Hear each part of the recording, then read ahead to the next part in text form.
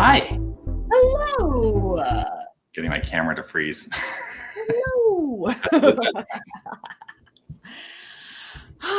So, hello, everybody. Hi, everybody.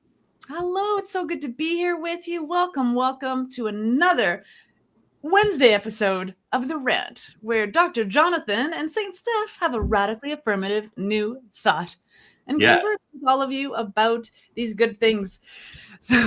So welcome. Howdy. Yes, I know. I have just done all of a bunch of clicking to share. So if you are watching, if you could do us a solid and click all those clicks, those loves, those likes, those share buttons, they do a world of good all over on Facebook and on YouTube. We are streaming in 7 different places right now. So wherever you are, let us see you. Yeah. We can see you in the number that's right there and in the loves, but we love it when you put yourself in the comments so that we can see you and know you and converse with you. Love all of that good stuff. Yeah. Mm-hmm. How you doing, Dr. Jonathan? I'm doing well. How are you? Good. Like life is good. Life is good. And you know what? Because of this teaching, my life keeps getting better. I say every week, Mm-hmm. the adoption for me of the New Thought philosophy has enhanced the quality of my experience of life. Mm-hmm. And here's the thing. It's not for everybody. I know that. It's okay. It's okay. Find what works for you. Find what works to enhance the quality of your life. That's what I say. Yes. I also like to think of it, though, as like enhance the quality of your life, but as long as it's not a detriment to anyone else. Like, I don't want to squash anyone down to raise myself up. Like, absolutely. Yeah. I like the idea that as I raise myself up, that it is encouragement also to raise up others. Mm-hmm. Yeah. Mm-hmm.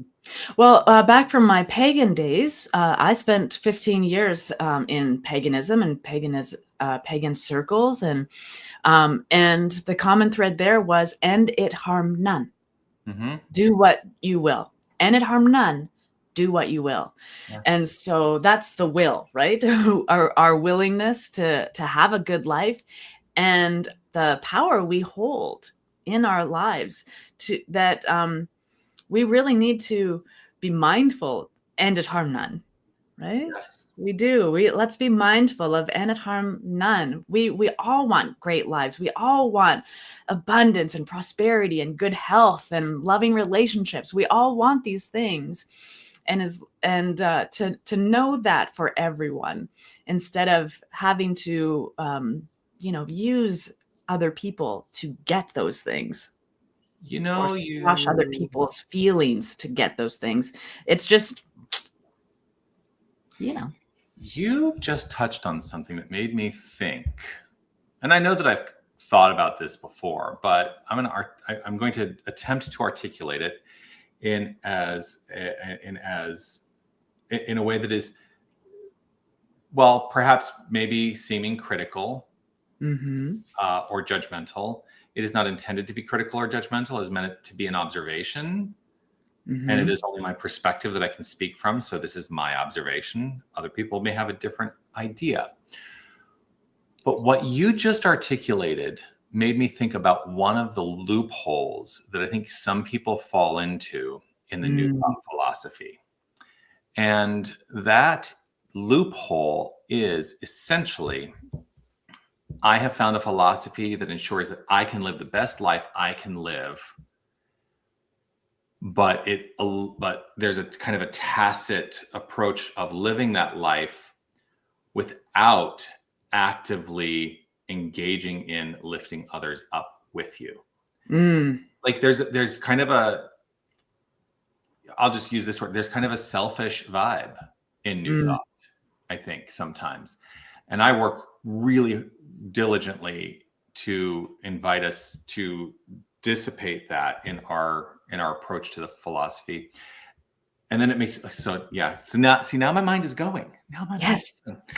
Because I even think about I mentioned this in my Sunday message just this past week, that there's the 4 kingdoms of consciousness that were, I think, first articulated really by Michael Beckwith, but it kind of gained traction, and like a lot of us use this idea in terms of the progression of how life is unfolding. And it is the approach of consciousness, right? So the first kingdom of consciousness is life is happening to me, which is victim consciousness. I am subject to everything in my world of circumstance. I'm subject to all the experiences out there. It's all happening to me, right? And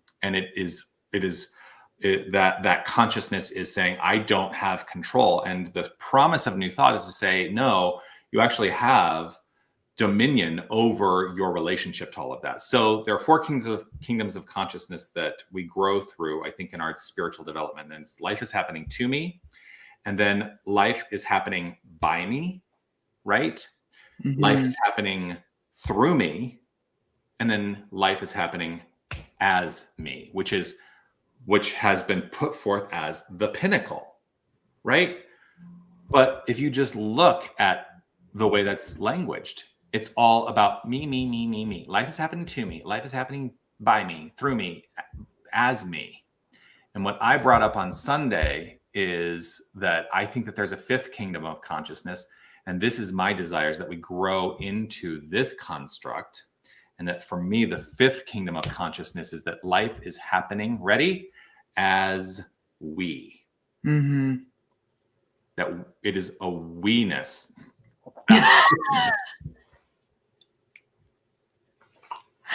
Oh, you're such a weenus. You know what I mean? Yes. Yeah. Life is happening as we. And that really is the next evolutionary step of true spiritual philosophy, I think. And I really do think I think that we're on the precipice of really adopting that in a global or universal way. But I think a lot of teachers of the spiritual philosophy of New Thought still kind of have it be very self-focused. That's just my take. Well, I think for me, in my experience, those kingdoms are like the steps that I have taken or have seen in my consciousness as I evolve.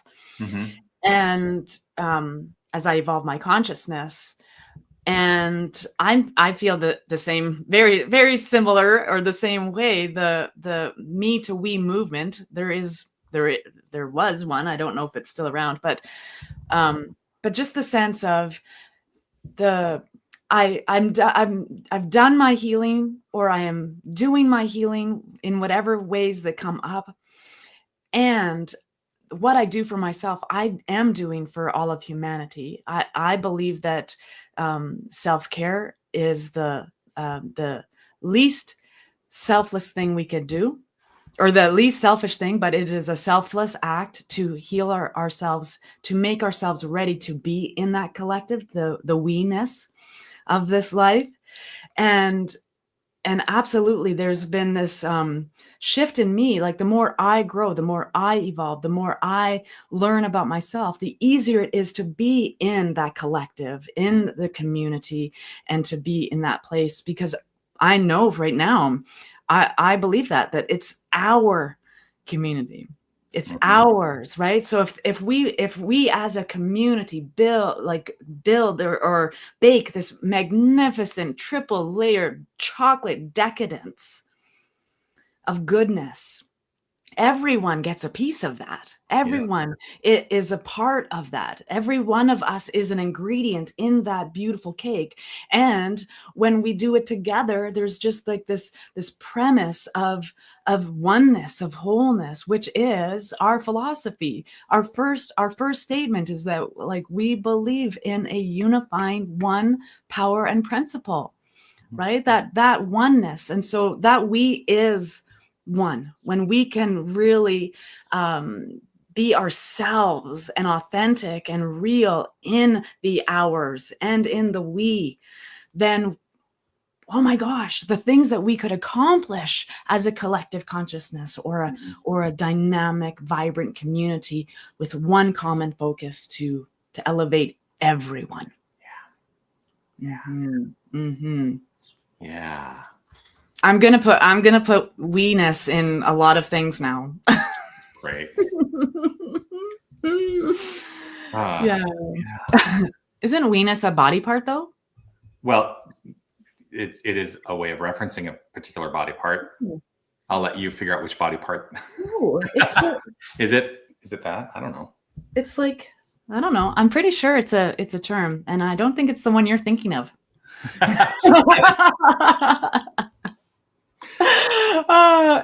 Okay, we've got Anna here. Hello, good morning. Good morning, Anna. Yeah. Yes, life is happening as I love it. I love it. Yeah. And like, well, it is operating as we. Yeah, and there's I mean, this is not a new idea, and it is. I just think that I think that there's an opportunity for us to more radically, right, to more radically adopt this idea. I think about it's an African proverb, I think, that says, if you want to go fast, go alone. If you want to go far, go together.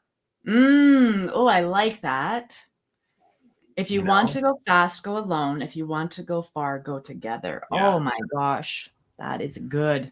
Yeah, that is good. Yes. And like I said, it's not a new idea. In fact, nothing in New Thought is new. Nothing in I know we talk about this every week. Nothing we're saying is new. No. We just really want you to know it. Yes. What is your new thought? How are you applying this in your new and unique way? Yeah. That's what new thought is all about. How are you applying the thought in a new way? Right. Again, like being in classes, like having conversation like we have here, but we do them in classes when there's, a circle of people wanting to know this stuff. There's just such deep, rich conversation. And because it's in a collective consciousness in a room of people studying together, we can unpack, unravel, dig out all of the old stuff that doesn't serve us and have a new thought, have new expression in our lives. Yes. Yeah. Oh, it's so good to be awake. Isn't it? Enjoy it while it's here, because sometimes I do go back to sleep, right? Sometimes we do. And then it's unraveling again and again and again until it sticks, Yeah. Writing that down. If you want to go fast, go alone. If you want to go far, go together. Yeah. Yes. And like I say, if you look it up on the internet, it's an African proverb. I don't know real, I don't know the source. It's a proverb. It's a proverb, yeah. That really famous anonymous author. Yes. Yeah. So prolific in what they've offered to the world, anonymous. Yes, yeah. Yeah. It's not new, however, I needed this reminder. Exactly. Right? That's we're just being reminded. Well, you know what? People always ask me on Sundays, how do you I feel like you were speaking just to me. How do you know what to talk about each week? And I say, here's my approach to ministry. Big secret. I speak the lesson I need to learn that day. And if I speak that lesson and it's something I need to learn, then I'm going to speak with spiritual authority, and I'm going to speak with passion, and that connects with people. I don't just get up and recite. Here's the thing: there is no liturgy. There's no prescribed liturgy within the New Thought traditions. So it's not like I get an outline of what the talking points are supposed to be each week. Of course, I say that and I'm like, even though there are some people who do share that kind of information out, and that's CFL. Yeah. If that works for you, then that's awesome. But I always say if I'm going to be inspiring, I must be inspired. Yes. It cannot be inspiring without being inspired. Yes. And so absolutely. What is mine to say? What is mine to learn? You got to be it to see it. That's right. Yeah. Like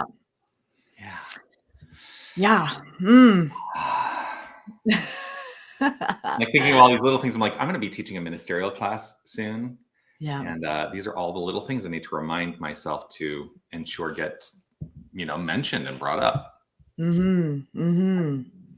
I can't wait till you have a ministerial class going. It's going to be awesome. It's going to be hybrid, and I'm sending people your way for sure. All right. People say something, I want to be a minister. Oh, Well, let me tell you about Reverend Dr. Jonathan Zenz. Yeah. Fall of 2026 is when I will be starting a Fall ministry. of 2026. Yeah. Well, I'm writing it down. Yeah. And it'll be credentialed through Emerson Theological Institute. That's the plan. And yeah. I'm excited because I also like that paradigm of learning ministry. And maybe I have a preference for it because it's the way that I learned ministry, which is, you're in a very tight-knit cohort. And, it's not about just having one teacher, even though the paradigm is you have sort of a singular teacher. I mean, you went through a similar thing, like, because you went through the RSI paradigm first, right? Yeah. We were a cohort and in-house, and there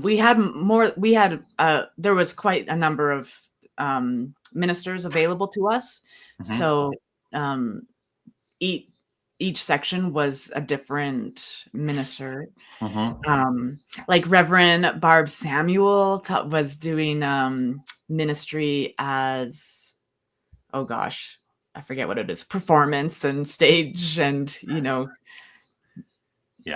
outward facing face. And, and so we were very fortunate to have such rich people around us. The main teachers or lead teachers were doctors, Ken and Deborah Gordon, though. So they were the most of it, but we had opportunities for sure. Well, I think about, because I came through the Religious Science International paradigm as well before it was Centers for Spiritual Living. In fact, my first certificates, it's so funny because my early certificates all still say, they all still say, like, they would have changed, but they're all Religious Science International certificates. From my early days of study. Anyway, it also is, I also like that paradigm because then there's like a traceable lineage of your primary instructor. So my primary instructor was Dr. James Mellon, his primary instructor was Dr. David Walker. Dr. David Walker's primary instructor was Robert Bitzer, and Robert Bitzer's primary instructor was Ernest Holmes. So it's like there's a through line, right? Direct through line of that. It's like Ernest Holmes was my, what is that? Great-great-grandfather. Yeah. Well, and that's true for many of us, right? That Ernest Holmes is our great-great-grandfather. Yeah. Or great-great-grandfather. And I don't, and I don't have an objection to the form of ministry that feels more like university, where, you just have to get your credits and your classes all racked up and all of that. I don't have an objection to that. But I also feel like I got a really good opportunity to be in practice while I was studying ministry, because I was part of a community, and it was almost like an internship at the same time of being in the study. In a different way than I think, like if I went to a university, I would be a student. Does that make sense? Okay. Yes. I'm rambling now about ministerial studies. I can stop now. Well, we're very passionate. We became ministers for a reason. Yeah. I don't know. My cat's going to knock down the gate again. And then I had a little taste of the other side of that too, because when I became ordained in Unity, the requirement was I had to take a certain number of classes, and I had different instructors for each of those classes. And there was something glorious about that too, because you get great insight in the variety. Yeah. So yeah. Anyway. There's many roads, many paths, many opportunities. And again, even with spirituality, find what works for you. Absolutely. And just go for it. Yeah. I think I shocked some people on Sunday a couple of weeks ago, because I literally said in my Sunday message, I'm like, if this doesn't work for you, go find what works for you. I won't be offended. Yeah. I'm not going to be offended No, that's the whole point. Yeah. Knowing who you are. It's the whole point. Yes. Yeah. So, beloveds, I see you. We see you. There's some folks watching. Anything else you want to talk about today? What radically affirmative new thought would you like to have? Let us know in the comments. Mm-hmm. We love this stuff. Yeah. I just looked over and I see my Louise Hay cards. Yes. How to love yourself. Let's see. See what the card. I'm just going to pull this card. Yeah, that one. This card right here. This is the one. Oh. Yeah. This is clearly the message I need to hear in this moment, which is I trust myself and the process of life. I trust myself and the process of life. Yes. Beautiful. And on the reverse side, it says, see, I'm just going to hold this up so you can read it. But the reverse side says, the moment I'm willing to change, it is amazing how the universe brings me what I need. Amen. Amen. Yeah. So that makes me think about my shoulder. Interesting. The shoulder issue that I've been struggling with. And the very notion that I'm considering that it needs to be a struggle, right? I still call it a struggle. I don't need to hold on to that. But I've been going through all of like the traditional kind of steps, but I've also included, my own spiritual work around it. Trusting that I am led to the right and perfect place for the support and healing that I seek. And yeah, this week things shifted. I'm seeing a new practitioner whose primary focus is myofascial release. And it's like, there's that part of me that's like, oh, I wish I had done this before, but it's the right and perfect time for me to uncover it. So it's just me trusting the process. Yeah. Yeah. Yeah. Trust the process. Process? Well, I picked up process when I was in Canada. So you are saying it right then. Yes, I'm saying it correctly. And many people who grew up in the United States would say process. Process, yeah. But you also say pasta and Mazda in Canada. It is Mazda. It's Mazda. You talking about the car? Yeah. Mazda. That's how we say it in the United States. Yeah, but all the commercials. In and Canada, and how do you say pasta? Pasta. Yeah. So your A's are Oz. Well, it's not. Here's the thing: it's inconsistent, just like so much of the English language. Yeah. Also, pasta. we put decals in the United States. We put decals on our car, and I would put a decal. Exactly. Yeah, I would definitely put a decal. The first time I heard somebody say decal, I literally had to sit back and go, the hell are they talking about? What are they talking about? Yeah. Decal. It took me a minute to figure out, oh, I know what you're saying. Yes. Yeah. I know language, right? Yeah. Yeah. And I'm so grateful for the time I spent in Canada. Me too. Part of it is it connected us, really, if you really think about it. Yeah, for sure. Because would you have sought me out had you not seen that I was the minister in Toronto at that time? Oh, I was just looking for new thought ministers to watch talks and write reports on for ministerial studies. And you were one of those people that popped up. So it was definitely some connectors for us. Yeah. The LGBT and Canadian content. But really it was a Silmar when I turned around and we sparked and I was like, oh, this is forever. This is forever. Yes. Makes me wonder I wonder what you wrote about me. This guy's crazy. Oh, God. No. Dynamic speaker, charismatic. If you were anything else, we wouldn't still be hanging out, right?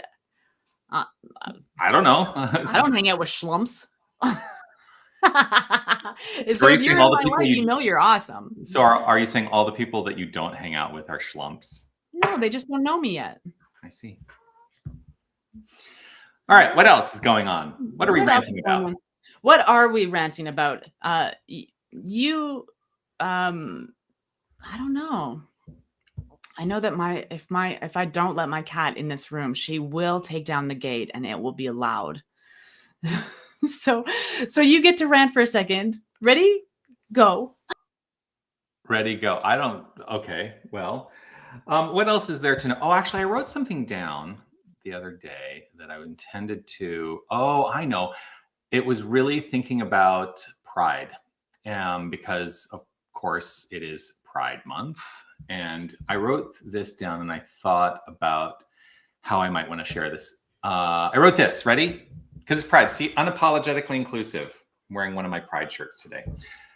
So pride is the opposite of shame. Right? That's what Pride Month is all about, I wrote. Eliminating the adoption of stigma from a culture that supports the idea that queer people should feel shame for being their authentic selves. This is the call. Shine your light of authenticity. The world needs you to be your authentic self. You are necessary to the expression of life. You are necessary. Anyway, just thought I would share that.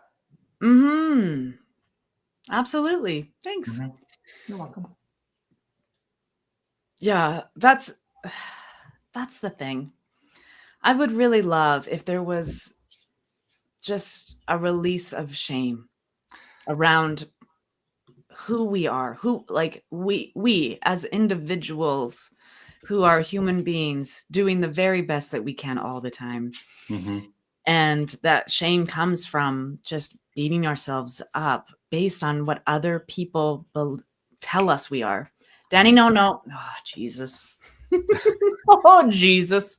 Oh, my goodness. Now the dog's doing other things. Oh, my gosh. Well, she fine. She gets cat food now. It's all good. They're fine. They're fine. Yeah. No shame. I thought I left it less open. Small enough for the cat. Small enough for the cat to get in, but not big enough for the dog to get out. And that didn't happen. So here we are. Yeah. In I don't know if it's all over the world, but I know in Canada it's also Indigenous Peoples History Month, the month of June, and so I love acknowledging that because it does get overshadowed by the Pride Month. There's lots of things that are happening all the time, and there's 12 months, so there's only so many things we can do. But my algorithm is definitely more geared to Pride events, Pride experiences for sure.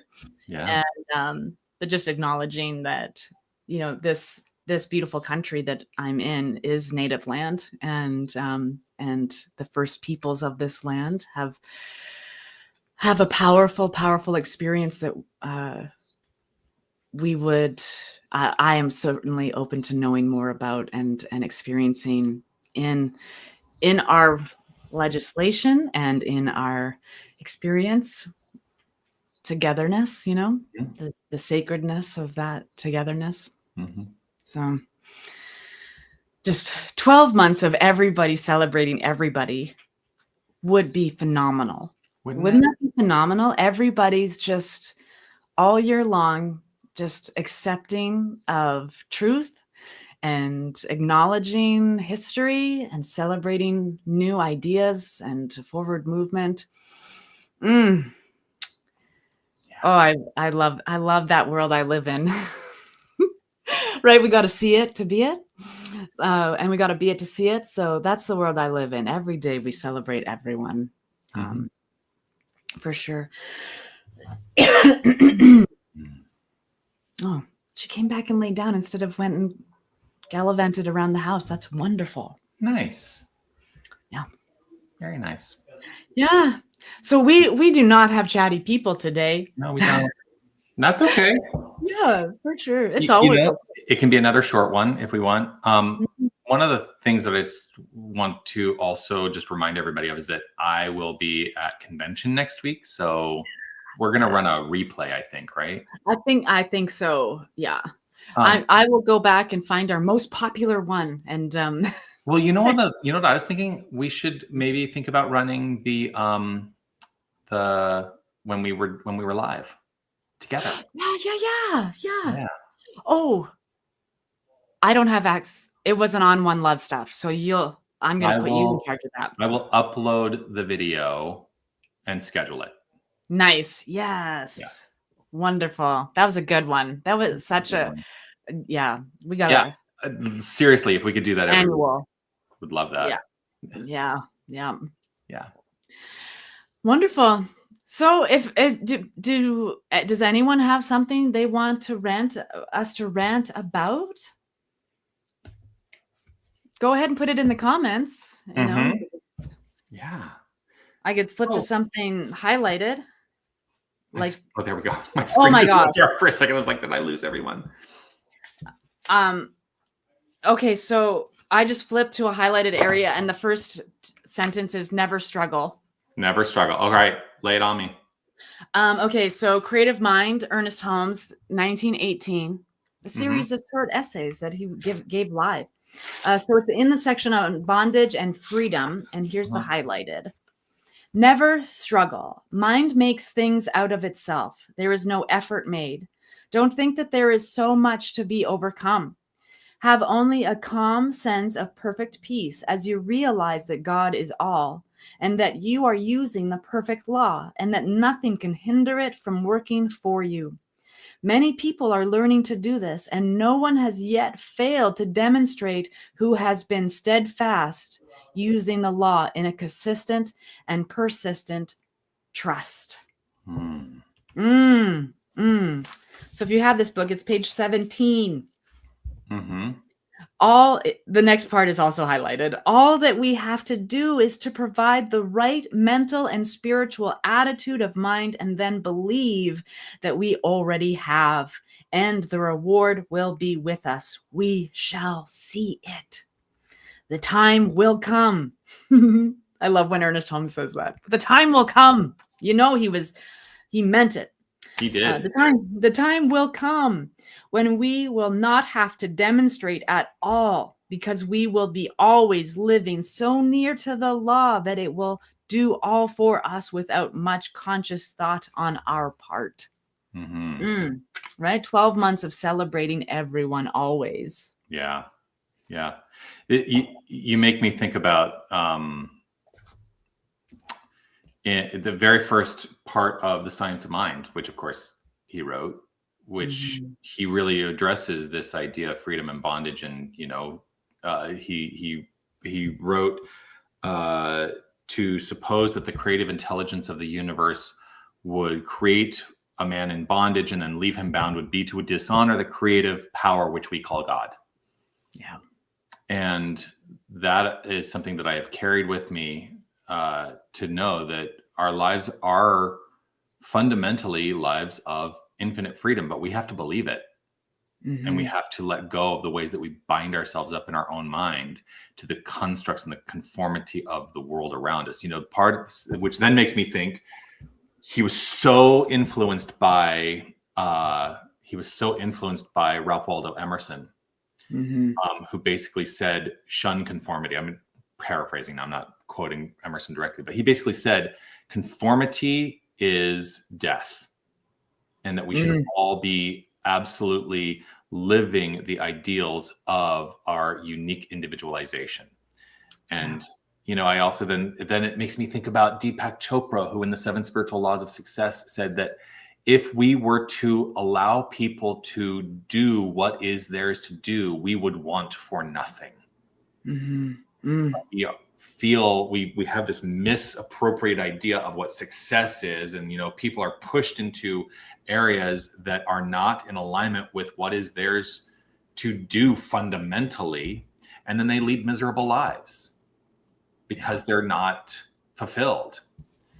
So the divine plan is one of freedom. Yep. Period. Are we living that freedom? Yeah. Oh, yeah. there's just so much going on in the world right now. That I just like, can we just press upon the law, this awareness, this truth, this knowingness? Because I am seen. Here I go getting glossy and bally face again. Yes, there are hard suits and hard images and hard things that seem in our way right now. They seem in our way. And then there are the people who are demonstrating this belief and understanding in their freedom.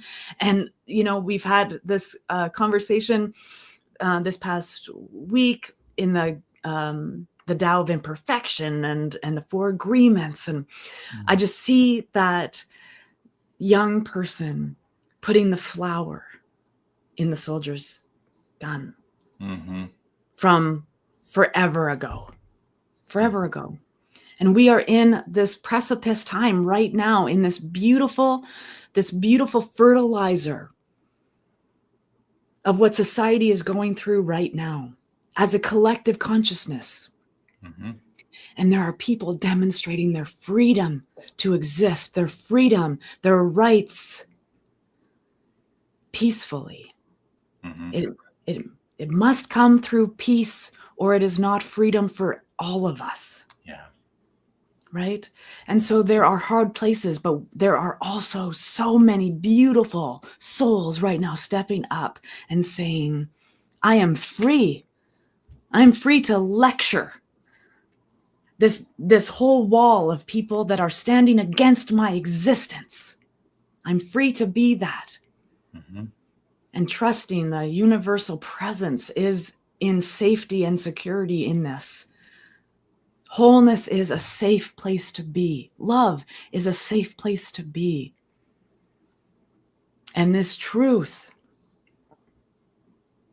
it's the human becoming kind, humankind, right? It's the humanness in us that is possibly struggling. And the divine in us is what sets us free always, because that is our birthright. It is in us, and we get to express it. I was just thinking about, I didn't really want to bring this up, but there's a lot of conflict that is unfolding right now.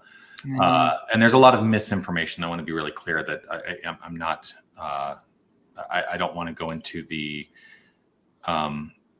complaint about misinformation, but there is a lot of misinformation about what's happening in Los Angeles right now. There is a rising tension that is unfolding, but I was just the deeper side of this that I was just thinking about is the reason that these conflicts exist, I think, is because there is a collective idea of not enoughness. And when we live from the point of view that there is not enough, then we struggle to fight to maintain what we think we should own. What if we let go of the notion of owning anything? Or I think it's an idea, letting go of the idea that there even need to be borders, because there are no borders in the divine. There are no borders in the divine. Borders, limitation, that's all made up. Yeah. It is all made up. And it's all birthed from fear. Yeah. And if we were to release the notion of borders and limitation, how might different life be? What would we would have nothing to fight over, because we would all be for. Yeah. Our innovation and creativity would be just exuberant. Yeah. But I think we could watch the documentary that's called Star Trek: Next Generation. Yeah. And we could see what it's like living in a world where we don't want for things. Yeah. I think there's I think about John Lennon's song Imagine, and so many people love that song and they love the idea of the song, But I think there's a lot of people who hear that song and are like, it's a nice idea, but yeah, is that really possible? Well, there's a very notion that you're questioning its possibility means that there's work to be done. Yeah. Yeah. Because I do think it's possible. I absolutely believe it's possible. I do. Yeah. I believe peace is possible right now. Yeah. Anna wrote something here. Yes. Let's see. The thoughts on my mind have been allowing joy, self-care, and gratitude in the midst of sadness over some of the ways people are treating one another. Yeah. And allowing clarity on what is mine to do on various issues beyond holding the spiritual knowing of divine order. Yes. I think the approach of consciousness is great. I think that's what you're addressing there. We can have clarity beyond just knowing the spiritual truth, right? Yeah. I always say that if your prayer is not inviting an impulse into action, then it is an unanswered prayer. And that the action is a part of who we are. And that's what I think is the power of prayer, is not me trying to change anything out there. It's about me trying to change what is fundamentally in my mind and heart so that I am impelled into action in my life. Because I don't think God's going to do anything except through me. Yeah. I affirm all the time that activity through me is divine activity. And so therefore, everything I do is divine activity. Everything I do is divine activity. Yeah. Thanks, Anna. Thanks for sharing that.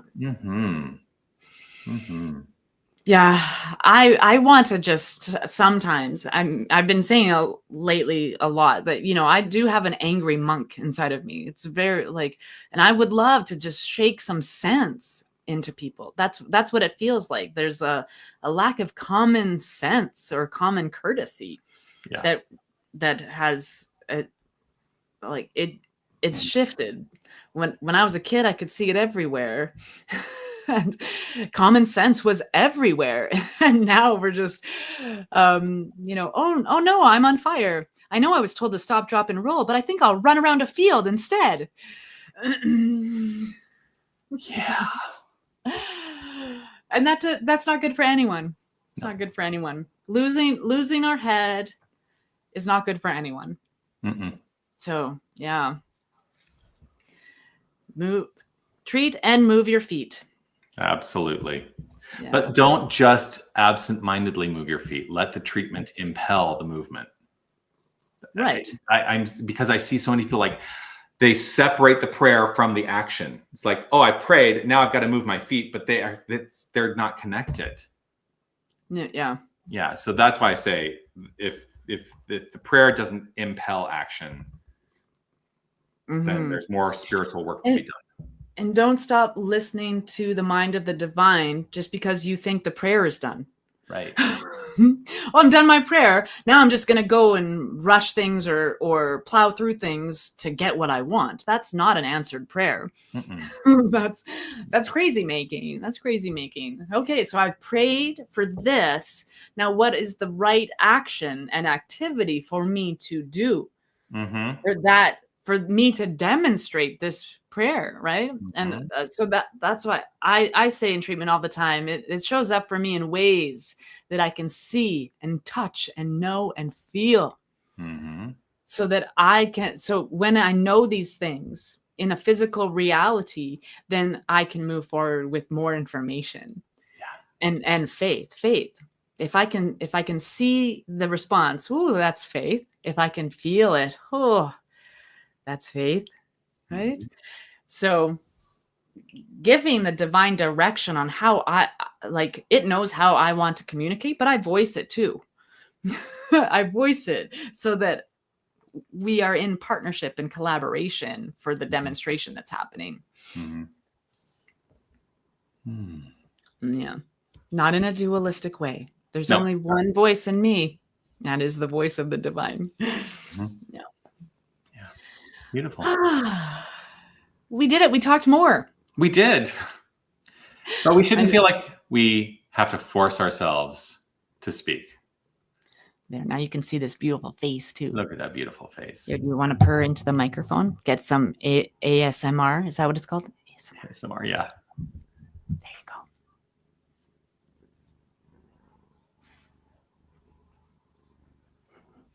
I can hear it. It's nice. Yeah.